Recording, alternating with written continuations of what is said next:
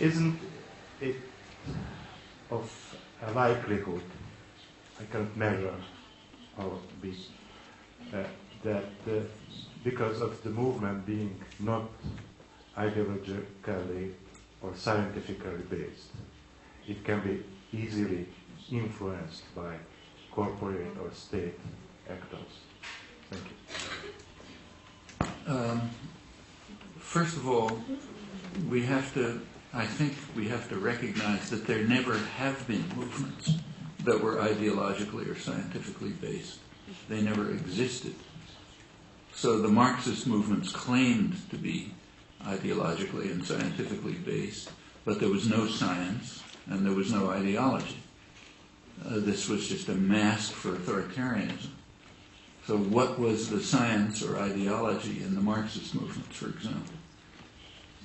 I don't think you can find it. You can find a lot of pretension, and there's a whole intellectual tradition of trying to discuss the science and so on, but it's just not there. And the ideology basically was mostly a kind of follow me. There was not much in the way of ideology. The contemporary movements, I think, are much sounder in this respect. They're much more resilient. They don't have false beliefs in non-existent ideologies or fake science. But they are committed to, they vary so much you can't generalize about them. But many of them are committed to very serious work on real issues. Does that make them susceptible to control by centralized power? Yeah. I mean, centralized power is not giving it up easily. They're going to fight back by every means they have. There are many means. Marginalizing people through directing them to consumption is a major means of control. And we shouldn't underestimate how extreme it is. So in the United States is the most advanced country in this respect because it's the most free country. I mean, it's a credit to the American people that they're the most propagandized. The efforts to control them have to be much more extreme because there's so few ways to coerce people, thanks to previous triumphs. But advertising in the United States, you really have to. I mean, it amazes you when you study how it works. I've been interested in it. For example, there's a field of applied psychology, academic applied psychology, a major field of academic applied psychology, which is concerned with nagging by children. I don't know how you translate that into Hungarian. There's some. But when children bother their parents to get them to do something, it's called nagging. Everybody who has taken care of children knows about it. There's a field devoted to nagging, and there's a logic behind it.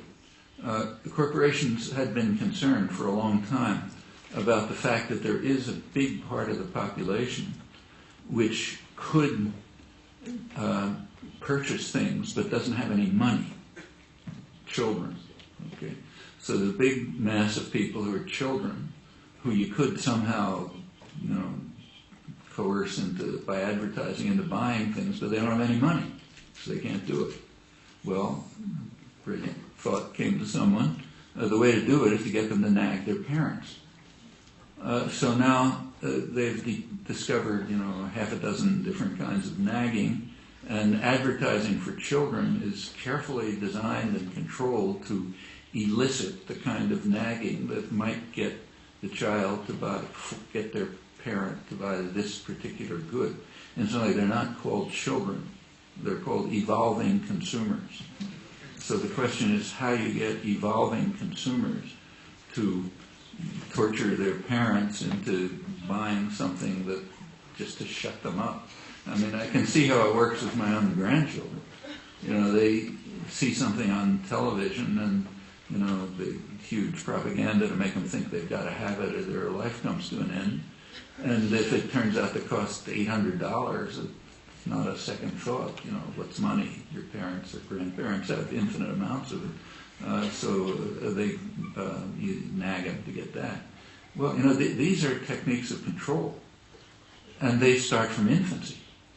I mean, if you watch, sometimes watch television with my grandchildren from infancy, they are deluged with propaganda, which is aimed at making them perceive their own identity in terms of the number of goods that they have. There's nothing in your life except the goods that you have. Actually, if you watch American television programs, these have a very destructive effect in much of the world, especially in the third world, but even in Europe. I mean, American television programs, comedies and so on, they give a picture of life, which is designed, of course, to be like that. It's a picture of life in which nobody works, nobody has a job, nobody has problems. The only kind of nobody's in jail, and nobody's poor. Everybody's got everything you can imagine. The only problems you have are you're having a problem with your girlfriend or something like that. That's life, Well, there are plenty of people who are seduced by that vision of life. I mean, you get people all over the world who say, well, why can't I live like that? I have to work and I have all these problems and so on. But there in that marvelous country, they don't have any of those things. The relation to reality, you don't have to bother talking about. But it is a seductive picture, and it affects children. It affects people elsewhere in the world. It's a technique of control, very carefully contrived. I mean, a huge amount of effort goes into this. Are the popular movements subjected to it? Sure they are. I mean, they're subjected to enormous propaganda to make you feel that your own individual, what are called rights, which usually means right to consumption, is supreme, and nothing else exists. I mean, there are plenty of people within the popular movements who are caught up in the efforts to destroy any social organization within the society, like, say, schools. Public schools are a social commitment. So public schools are based on the idea of solidarity. Right? Public schools are based on the idea that you're supposed to care whether some child somewhere else can go to school. Well, you have driven into your head day after day that you're only supposed to care about yourself. It's none of your business if that kid across the street doesn't go to school. It's his problem or his parents' problem. But you have no reason to pay taxes so that somebody else can do something. That's the government stealing money from you. That's presented as the government stealing your hard-earned money to give away to somebody. And why should you agree to that? I mean, the amount of propaganda behind that is enormous. And it affects people all over the place. And there are other techniques of control. So, for example, since the 1960s, there's been a lot of concern about controlling young people, students, because of student activism. Well, one of the best ways to control people is to drive them into debt. So now, as distinct from the 1960s, when a student comes out of college, he's often deeply in debt. Tony Blair knows exactly what he's doing when he's increasing tuition, demanding a tuition increase in the British universities. That's not for economic reasons. I mean, you get way more than that by making corporations pay taxes instead of fleeing, But it is a way of coercing students. I mean, if students have to pay tuition to get into school, for one thing, it has the obvious class effect. It keeps out the poorer students. But the other thing even for those who get in, they're going to end up college with a big debt burden. So suppose you graduate as a lawyer, let's say, and you decide you want to work on public interest law, or environmental law or something. But you come out with a huge debt. Well, the only way to deal with it is to go to work for a corporation and become a corporate lawyer. And pretty soon you get trapped into that, and then you can't get away from it. Those are techniques of coercion that constantly work. So sure, there's everything from that to, the Iraqis are going to come and kill us, is a way of coercing people. In the United States, for example, if you look at the economy of the last 25 years, just the internal economy, it's a very unusual period in American economic history, in fact unique. It's the first time, aside from major depression, that there has been stagnant real incomes. So for about 90% of the population in the United States, and this is pretty much true in England too, real incomes, the amount of actual money that you have to buy things, is either stagnant or declining. It's about 90%. Also, work hours are going up. So people work much harder. And they're much more insecure. That's a crucial part of the economy, and it's conscious, is to make people insecure.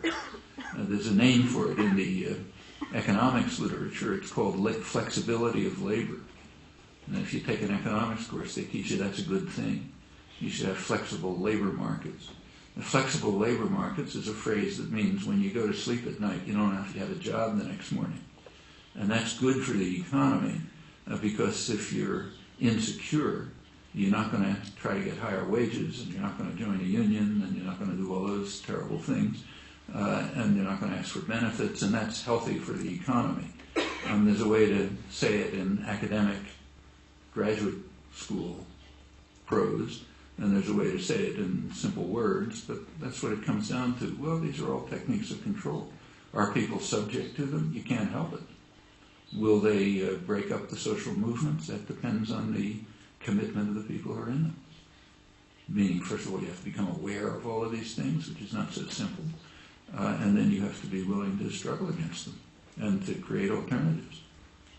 But that's what social struggle is about.